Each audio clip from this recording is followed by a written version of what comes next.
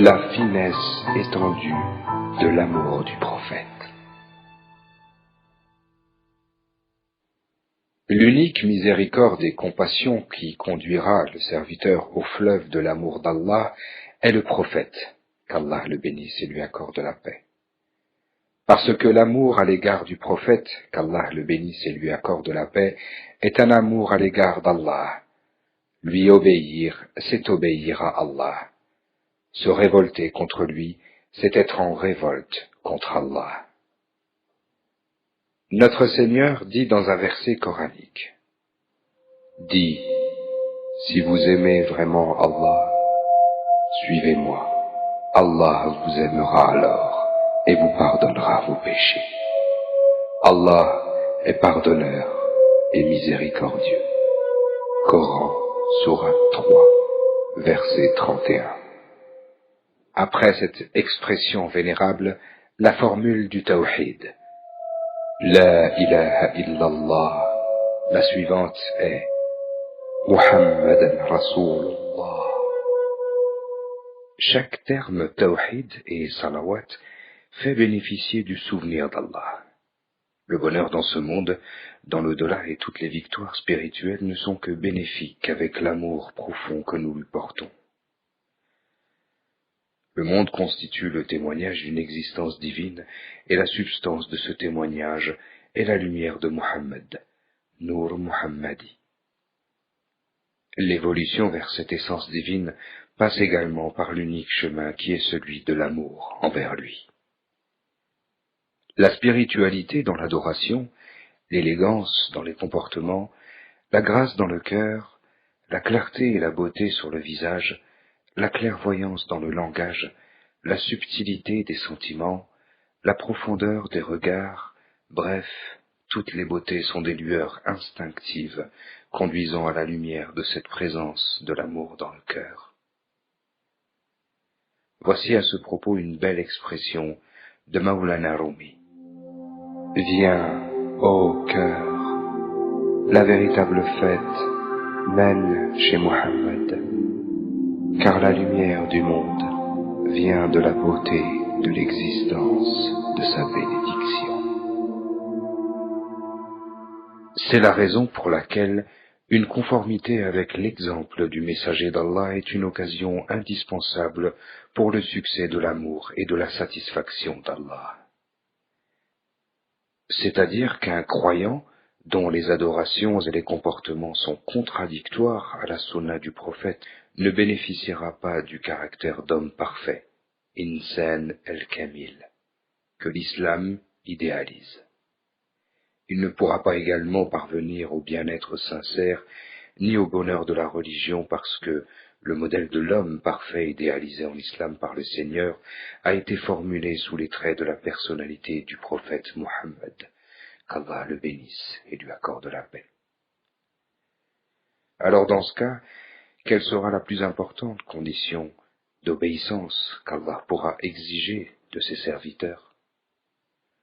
Sans doute que cet état sublime ne peut s'engager qu'avec un sentiment d'amour dans le cœur envers le prophète, qu'Allah le bénisse et lui accorde la paix.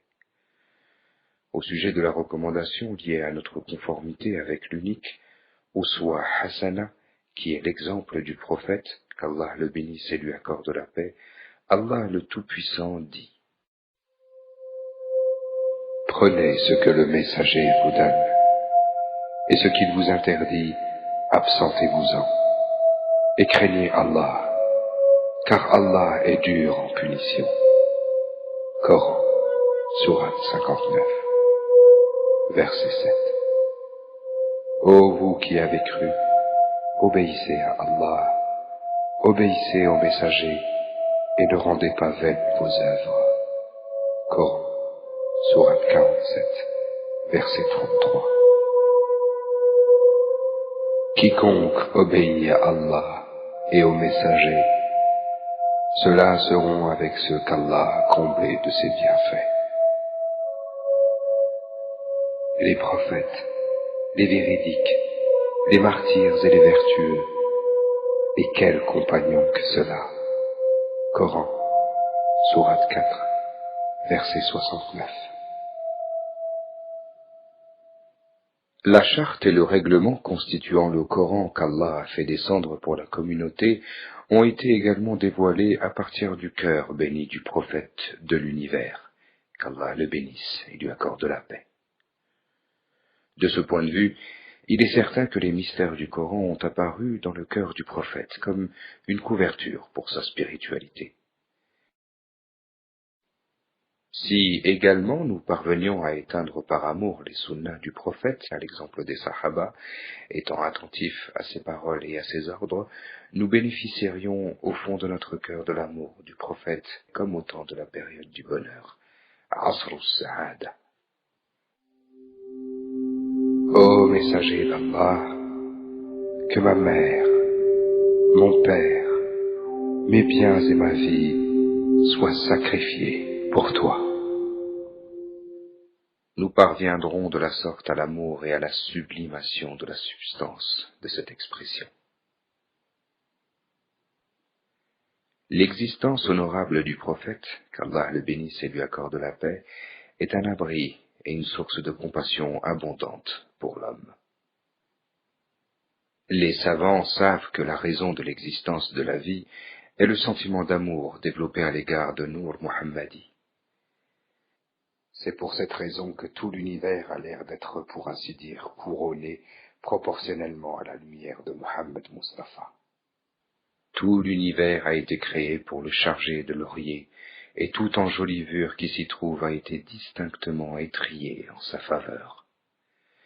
C'est parce que sa personnalité est si distinctive qu'Allah le Très-Haut a été le seul à le nommer mon bien-aimé. Quelle joie pour ces croyants qui entretiennent leur amour pour Allah et son messager. Cet amour est en mesure de les conduire également au-delà de toute autre dimension d'amour. Pour pouvoir se rapprocher de Hakikati Muhammad, l'entretien affectif d'un amour très rationnel par extension revient comme un devoir indispensable.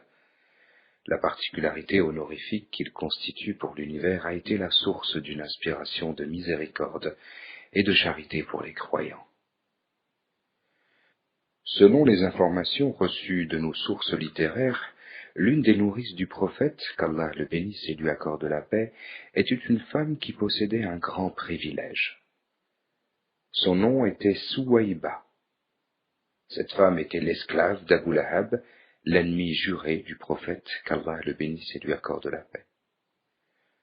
Lorsque Souwaïba annonça à Abu Lahab qu'il venait d'avoir un neveu, celui-ci, à cause du lien de parenté qu'il attachait à cette naissance, l'affranchit aussitôt. L'expression de sa joie avait suffi pour alléger son châtiment les nuits de lundi. Abbas raconte que la nuit suivant sa mort, il vit Abu Lahab en songe et lui demanda « Ô Abu Lahab, comment vas-tu ?»«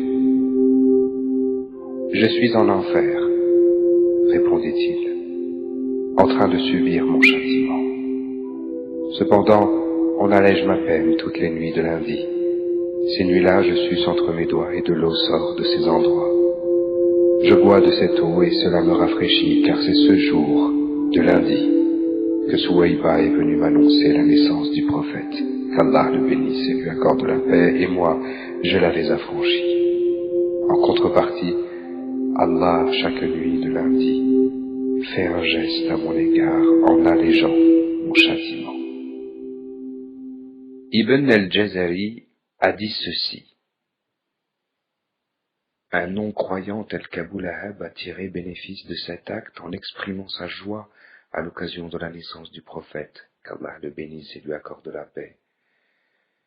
Par analogie, imaginez quelles seront les récompenses et les bénédictions divines accordées aux croyants qui, à cause de leur respect pour cette nuit, ouvrent leur cœur à la fierté éternelle du monde, qu'Allah le bénisse et lui accorde la paix, et leur table aux invités. Ce qui est ici recommandé, c'est de revivre cet événement en organisant des causeries religieuses afin d'exprimer la spiritualité bénie de ce mois, mais aussi en offrant à manger à la communauté, en apportant toutes sortes d'assistance aux personnes indigentes et aux orphelins, dans le but de les satisfaire, de leur faire plaisir avec les sacrifices liés aux aumônes, de même que la lecture du Coran et son enseignement aux autres.